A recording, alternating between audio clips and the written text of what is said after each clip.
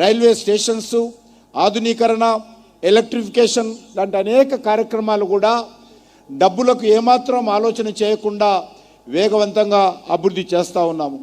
ఇందులో భాగంగానే ఈ చర్లపల్లి రైల్వే స్టేషన్ నేను ఈ రోజుతో సుమారు 6వ వచ్చాను ఇక్కడికి. 21 నుంచి వస్తూ ఉన్నాను.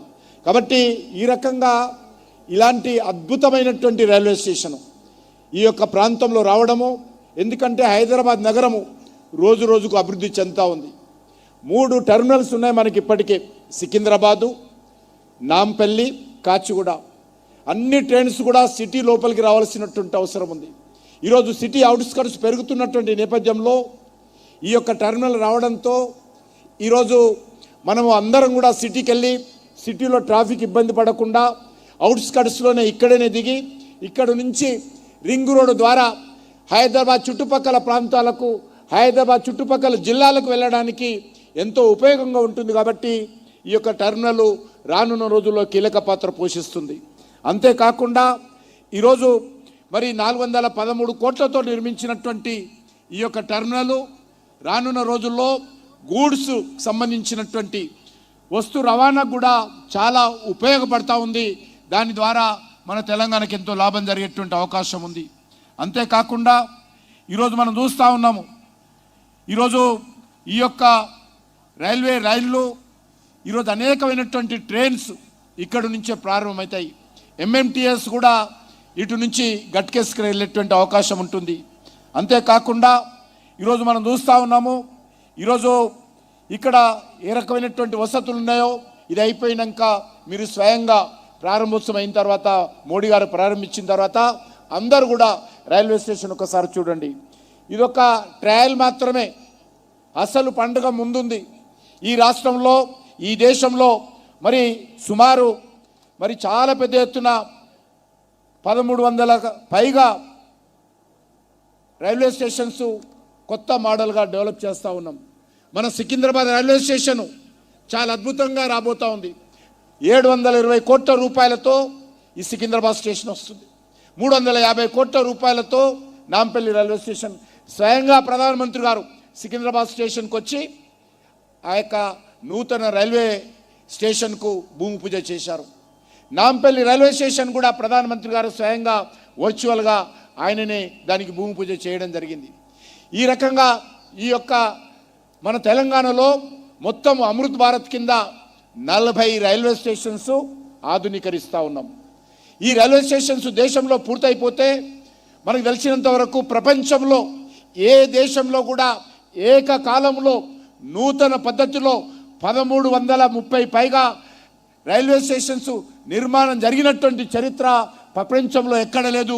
మోడీ గారి నాయకత్వంలో ఈరోజు భారతదేశంలో 1350 రైల్వే స్టేషన్స్ ఏకకాలంలో ఆధునీకరించుతున్నటువంటి చరిత్ర మనం స్వయంగా ఈరోజు చూస్తూ ఉన్నాం. అంతేకాకుండా ఈరోజు అనేకమైనటువంటి సంస్కరణలు రైల్వేలో తీసుకురావడం జరిగింది. ఈరోజు రైలు కూతో వినబడని ప్రాంతాలకు కూడా రైల్వే లైన్లు డబ్లింగు, ట్రిప్లింగు, క్వాడ్రిలింప్లింగు ఈ రకంగా అనేక రకాలుగా చేస్తూ ఉన్నాం. ఈరోజు రైల్వేలో వెళ్తున్నప్పుడు పొగ వచ్చేది ముందు బొగ్గుతో, ఆ తర్వాత డీజిల్ వచ్చింది. డీజిల్ ద్వారా కూడా పొల్యూషన్ వస్తుంది. పెట్రోలియం ఉత్పత్తులు మనం ఇంపోర్టర్కి సంబంధించి చేసుకోవాల్సిన అవసరం ఉంటుంది. కాబట్టి ఈరోజు దశల వారీగా డీజిల్ తగ్గించి 100% తెలంగాణలో ఈరోజు ఎలక్ట్రిఫికేషన్ చేయడం జరిగింది. ఒక్క డీజిల్ ఇంజన్ కూడా ఈరోజు తెలంగాణలో లేకుండా నరేంద్ర మోడీ గారి నాయకత్వంలో మార్పులు తీసుకొచ్చామని ఈ సందర్భంగా మనవి చేస్తా ఉన్నాను. అంతేకాకుండా ఈరోజు అక్కడక్కడ మరి ఈ యొక్క ట్రైన్లు యాక్సిడెంట్ అవుతూ ఉన్నాయి. రానున్న రోజుల్లో ట్రైన్లను పూర్తిగా జీరో టాలరెన్స్తో, జీరో యాక్సిడెంట్ పద్ధతిలో తీసుకురావాలనే ఉద్దేశంతో కవచ్ అనేటువంటి ఒక భారతదేశంలో ఉత్పత్తి చేసినటువంటి సాంకేతిక డొమెస్టిక్ టెక్నాలజీతో కవచ్ అనేటువంటి పద్ధతిలో ఈరోజు భారత ప్రభుత్వం రైల్వేలకు అమరుస్తుంది. ఆ కవచ్ ఏర్పాటు చేస్తే ఒక ట్రైన్కి ఇంకో ట్రైన్కి యాక్సిడెంట్ అయ్యేది ఉండదు. దానికి ఈ కవచ్ సిస్టము మొట్టమొదటగా తెలంగాణలోనే ఎక్స్పెరిమెంట్ బేసిస్లో తెలంగాణలోనే దాన్ని ఇంప్లిమెంట్ చేస్తూ ఉన్నాము. లింగంపల్లి, వికారాబాద్, వాడి, బీదర్ సెక్షన్లో సౌత్ సెంట్రల్ హైవే పరిధిలో ఆ యొక్క కవచ్ను కూడా ఇంప్లిమెంట్ చేస్తూ ఉన్నామనే విషయాన్ని ఈ సందర్భంగా మనవి చేస్తున్నాను. వందే భారత్ ట్రైన్లు 5 ట్రైన్లు ఈరోజు మన హైదరాబాద్కి ఇవ్వడం జరిగింది, సికింద్రాబాద్కు. ఇక్కడ నుంచి బెంగళూరు కానీ, వెంకటేశ్వర స్వామి దర్శనానికి వెళ్ళేటువంటి తిరుపతి కానీ, విజయవాడ కానీ, విశాఖపట్నం కానీ వందే భారత్ ట్రైన్లు వచ్చాయి.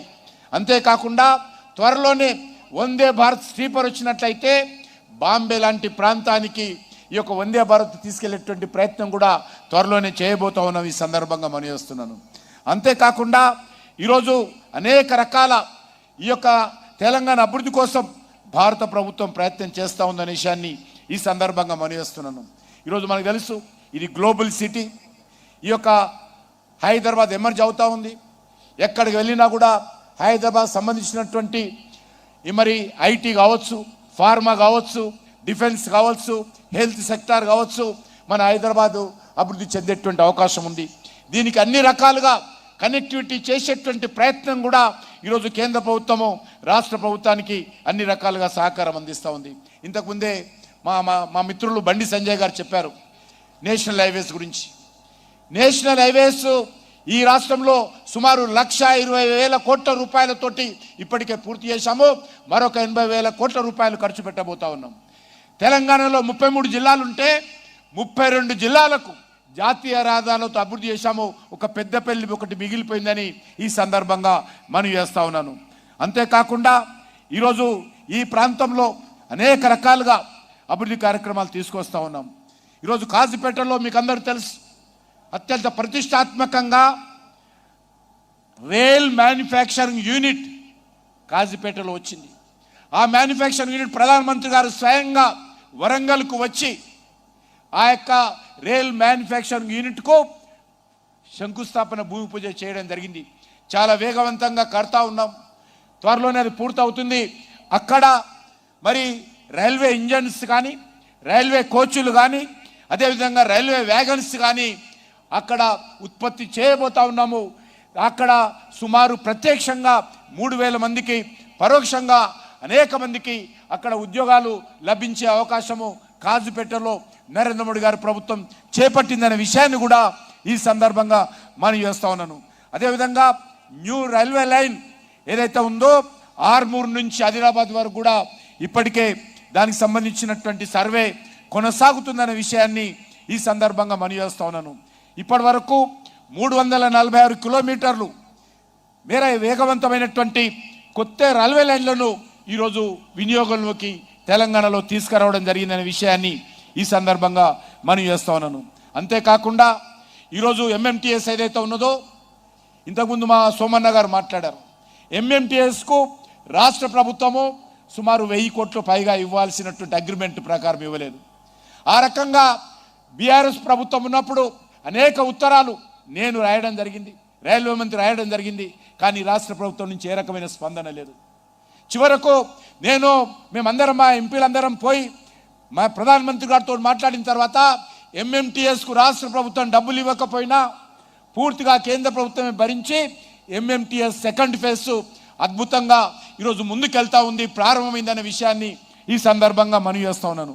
అంతేకాదు ఎంఎంటీఎస్కి సంబంధించి యాదాద్రి వరకు, అంటే యాదగిరి గుట్ట వరకు కూడా పొడిగించాలని నిర్ణయం తీసుకోవడం జరిగింది.